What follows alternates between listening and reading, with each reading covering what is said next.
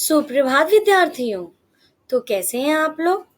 आज हम अपनी कक्षा में पढ़ेंगे लोकोक्तियाँ। लोकोक्तियाँ क्या होती हैं, कहाँ से आई हैं, इसकी जानकारी आज हम इस कक्षा में लेंगे। तो चलिए देखते हैं। विद्यार्थियों, जैसे कि आपको पता है, हमने अपनी पिछली कक्षा में मुहावरों का पठन किया था। आज हम इस कक्षा की शुरुआत में मुहावरे और लोकोक्तियों में समानता और अंतर देखेंगे।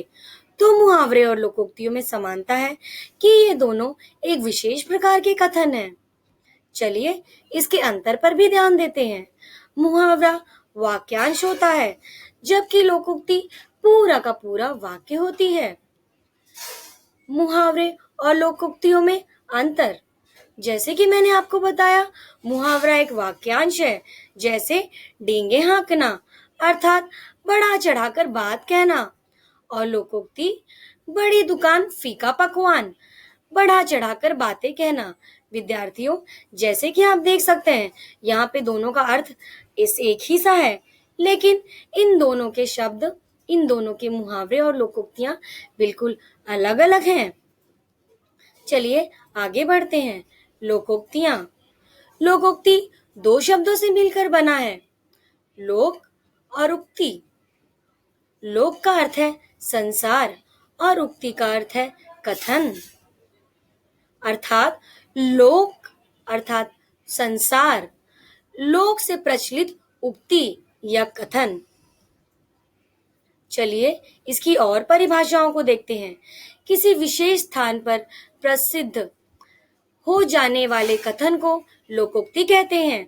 ऐसी युक्ति जो किसी क्षेत्र विशेष में किसी विशेष अर्थ की ओर संकेत करती है, लोकोक्ति कहलाती है। लोकोक्ति को कहावत भी कहा जाता है, जैसे अंधेर नगरी और चौपट राजा, टके शेर भाजी टके शेर खाजा। अर्थात जहाँ का मालिक मूर्ख हो, वहाँ सद्गुणों का आदर नहीं होता। अर्थात मनोज की कंपनी में चपरासी और मनोज का वेतन बराबर है।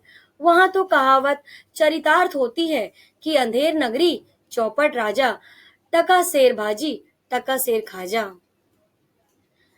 दूसरा अर्थ, अब पछताए होत क्या जब चिड़िया चुग गई खेत। अर्थात समय निकल जाने के पश्चात पछताना व्यर्थ होता है। इसका वाक्य देखते हैं। सारे साल तुम मस्ती करते रहे, अध्यापकों और अभिभावक अभिभावक अर्थात आपके माता पिता यानी पेरेंट्स की एक ना सुनी, अब बैठकर रो रहे हो। ठीक ही कहा गया है, अब पछताए होत क्या जब चिड़िया चुग गई खेत। अपनी पगड़ी अपने हाथ अर्थात अपनी इज्जत अपने हाथ होती है। इसका वाक्य, विवेक ने श्रीनाथ जी से कहा, आप यहाँ से चले जाइए, क्योंकि अपनी पगड़ी अपने हाथ होती है।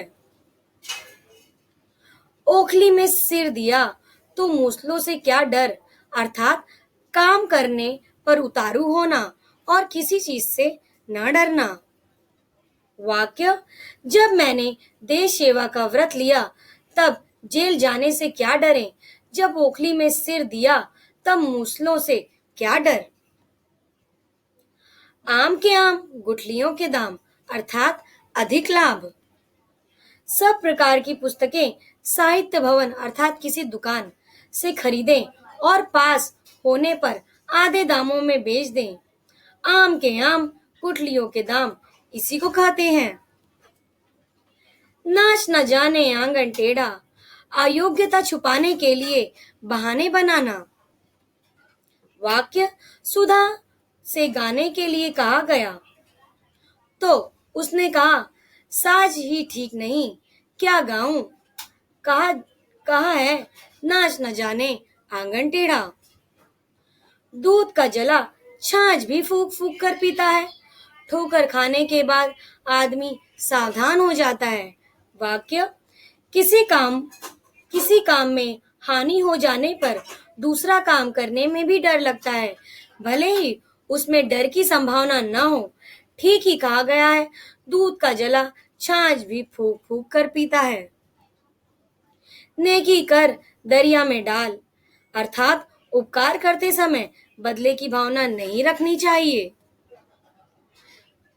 वाक्य, श्याम जी ने उत्तेजित होकर मियाँ साहब, उपकार उपकार एहसान के लिए नहीं किया जाता, नेकी करके दरिया में डाल दीजिए। पांचों उंगलियां बराबर नहीं होती, अर्थात सब मनुष्य एक समान नहीं होते। वाक्य, इस दुनिया में तरह तरह के लोग हैं, कहा भी है पांचों उंगलियां बराबर नहीं होती। धन्यवाद।